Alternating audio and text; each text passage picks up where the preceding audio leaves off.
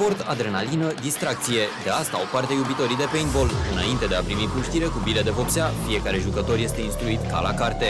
Începem cu siguranță. Casca de protecție.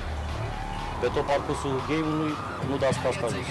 Apreciați o distanță de 7 metri. Sub 7 metri doar. Da?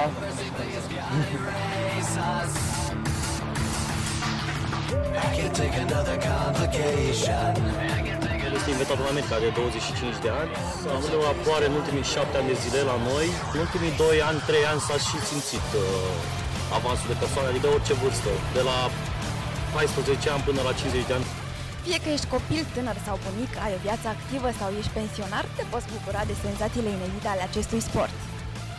Instructorii spun că paintball-ul este un sport de echipă care îți solicită atenția și concentrarea, îți pune în valoare aptitudinile tactice, forța fizică, strategia și viteza de reacție. Jucătorii se distrează și scapă de stres.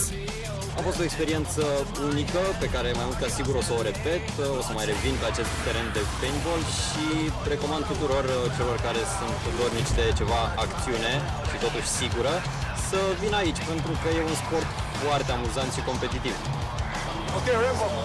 Încerc să vin cât mai des atunci când am timp liber. Ai parte de foarte multă distracție, deși e mai solicitant decât pare. E chiar un sport atractiv, merită încercat. Muncă de echipă, ține și de strategie, e foarte, foarte distractiv.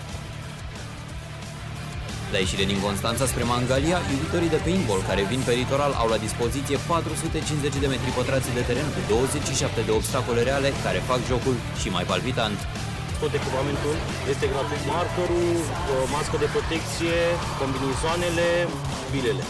Care sunt la un preț foarte mic, 30 de bani. Promoția am în felul următor, 150 de bile, 50 gratis, la 200 de bile, 100 gratis. Cei interesați de acest sport pot intra pe site-ul www.paintball-constanța.ro. Și era să uit, cel mai important este singurul teren non-stop. The good, the bad, the ugly and the evil. Bonkers.